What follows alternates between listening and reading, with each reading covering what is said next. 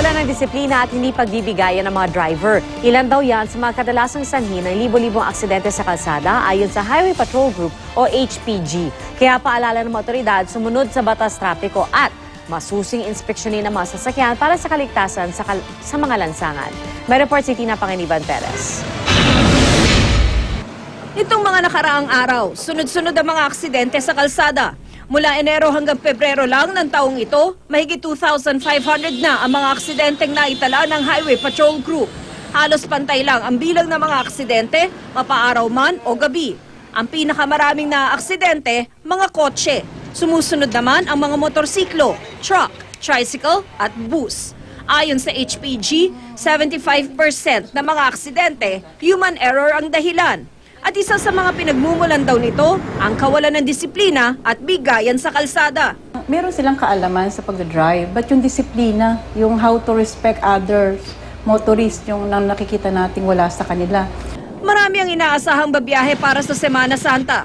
Kaya paalala ng Highway Patrol Group, i-check ang blow bagets, brakes, light, oil, water, battery, air, gas, engine, tires, self. The most important yung self. Kasi sinasabi natin kahit na lahat okay, no? Lahat brakes, everything, oil, water. Kung hindi ka naman, yung driver naman wala sa kondisyon, so wala rin, di ba? Kapag magmamaneho, di lang dapat sapat ang tulog. Dapat maganda rin ang mood. Kung babiyahe po tayo ng malayo, ay ihanda po natin yung sarili natin, magbaon po tayo ng mahabang pasensya. Nakasalalay po ang mga buhay ng mga pasahero nyo po sa inyo po pag-upo nyo dun sa driver's seat nyo. So, be cool lang po, kalma lang, and enjoy your ride, drive safely. Ang Automobile Association of the Philippines naman, may 10 golden rules. Unang-una rito, belt up. Bago patakbuhin ng sasakyan, siguraduhing naka-seatbelt. Pero hindi lang yung nagmamaneho kundi pati na rin lahat ng pasahero. Ang second golden rule, respect the Land Transportation Code. Sundin ang mga batas trapiko.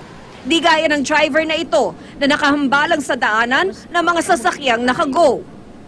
Pangatlo, obey the speed limit. Pang-apat, check my tires. Marami mga kalbo ang goma. Hindi dapat mawala ng tread. Kasi kaya may tread yan, para nga pag umuulan, doon dumadaan yung water. Doon sa mga pagitan na yon. Panlima, drive sober. Huwag magmaneho o magmotorsiklo kung nakainom o nakadroga. Pang-anim, protect my children. Gumamit ng car seat. Huwag magsakay ng marami sa motorsiklo. Pampito, pay attention. Huwag gumamit ng cellphone. Pangwalo, stop when tired. Di bali ng malit kesa maaksidente at di makarating sa pupuntahan. Pangsyam, kung magmamotorsiklo, wear a helmet. Naku, nakakita ako 5 ang nakasakay, mag-asawa, may 2 anak, tapos yung babae, yung asawa, may karga pa. Tapos wala lahat helmet. Sus naman, parang parang nagsusuicide, isang pamilya, no? Pang-10, be courteous and considerate. Walang mawawala kung magbibigayan sa kalsada. Sinasabi nga nila, mga Pilipino, one of the most hospitable in the world, no?